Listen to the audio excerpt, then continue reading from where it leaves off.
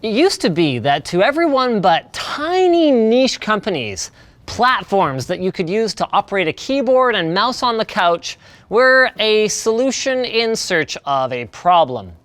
But whether we have Steam Link to thank for this or something else, Corsair and Razer both reached out asking us to evaluate their couch keyboard mouse gaming product. So here we go.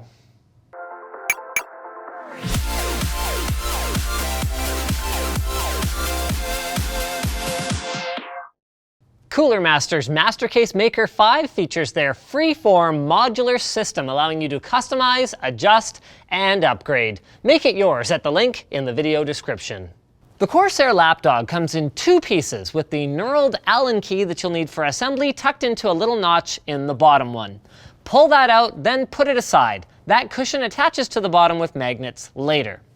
This is the meat and potatoes of the Lapdog, a plastic-backed, brushed aluminum-topped board intended to act as a comfortable platform for your full-size keyboard and mouse that sits across your knees, though a spacer is included if you prefer a shorter 10-keyless keyboard without a number pad.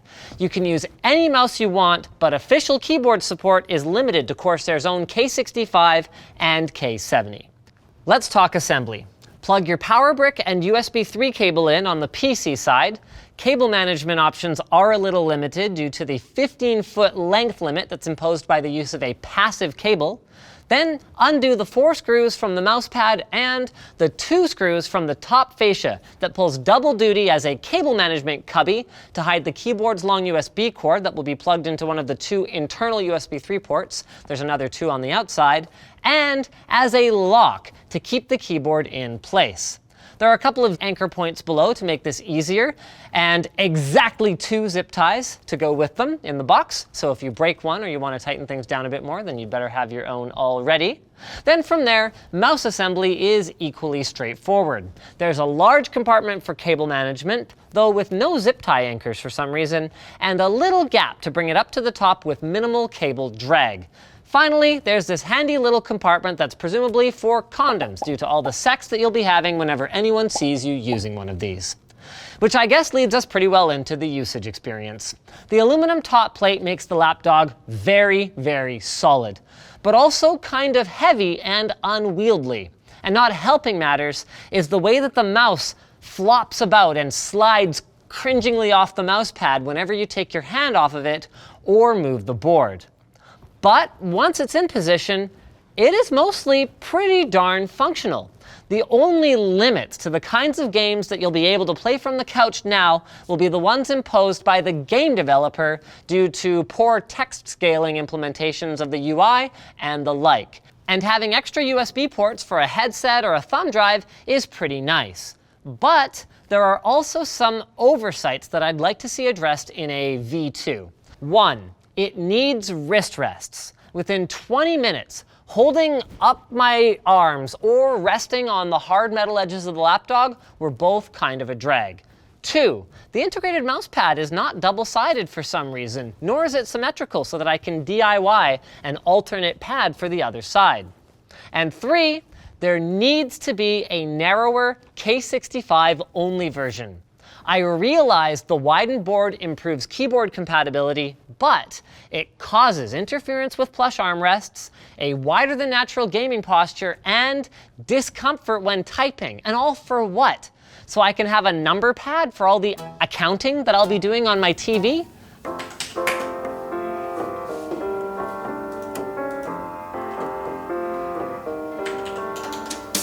I'm not personally a huge fan of 10-keyless keyboards, but it would save $30 on a $300 purchase, and it was the right move here ergonomically, and Corsair chickened out a little bit, IMO. Let's move on to the Razer turret. Where the Lapdog screams, "No compromises," the turret counters with, "I'm not perfect, but I'm small and attractive enough that your wife might actually allow this thing in her house," which is not a bad point.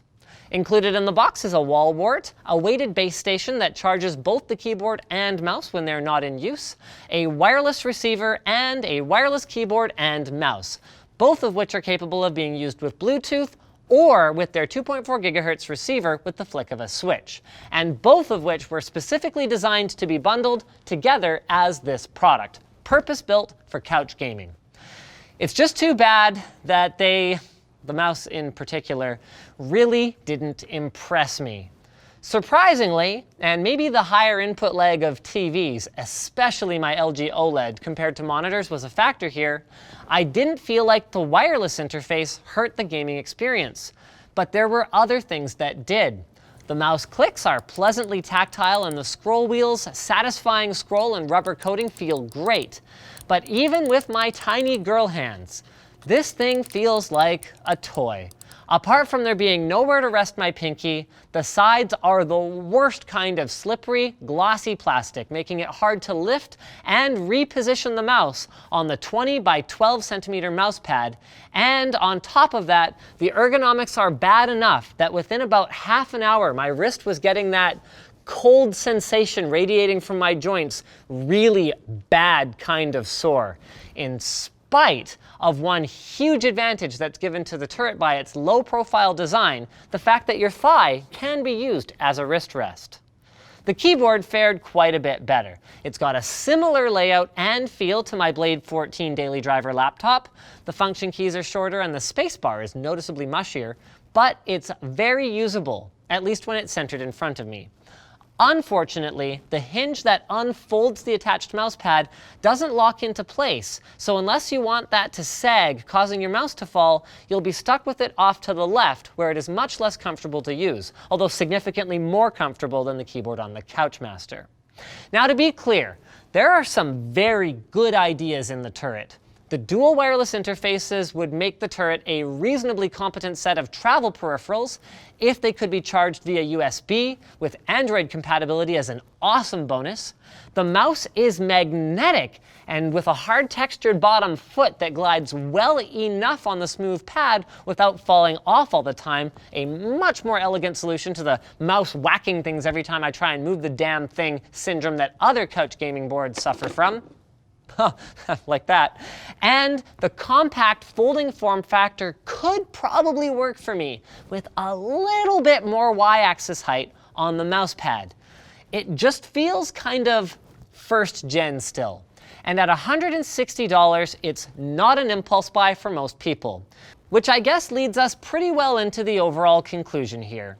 The barriers that exist for keyboard and mouse couch gaming are deeper than the lack of available platforms on which to place peripherals, with game UI scaling being a significant one, and the fact that a keyboard and mouse being more comfortable to use while sitting up straight or even leaning slightly forward, with game controllers being more comfortable to use resting in your crotch while slouched on the couch being another one.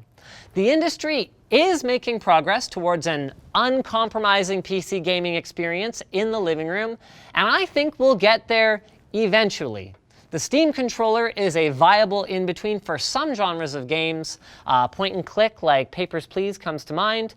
And both of these keyboard mouse solutions are better looking, easier to store, more refined, more affordable, and more functional than my 3-year-old Couchmaster.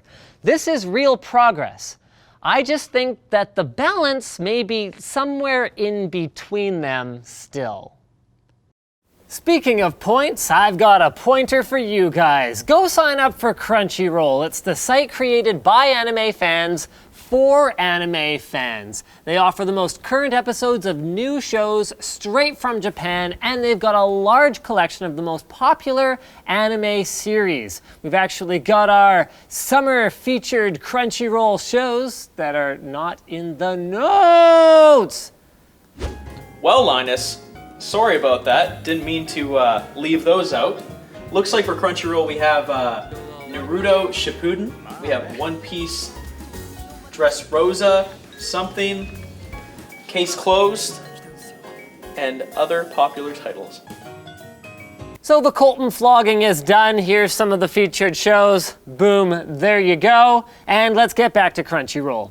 All the content on their site is professionally subtitled, and all you gotta do is head over to crunchyroll.com/Linus, linked in the video description, to sign up for a 30-day free trial of Crunchyroll Premium. It gives you an entire month of free anime, completely ad-free, and Premium has a lot of benefits, like 1080p streaming, getting new episodes of shows straight from Japan within an hour of their premiere, being able to stream anywhere, anytime to a variety of devices like your phone, tablet, or game console.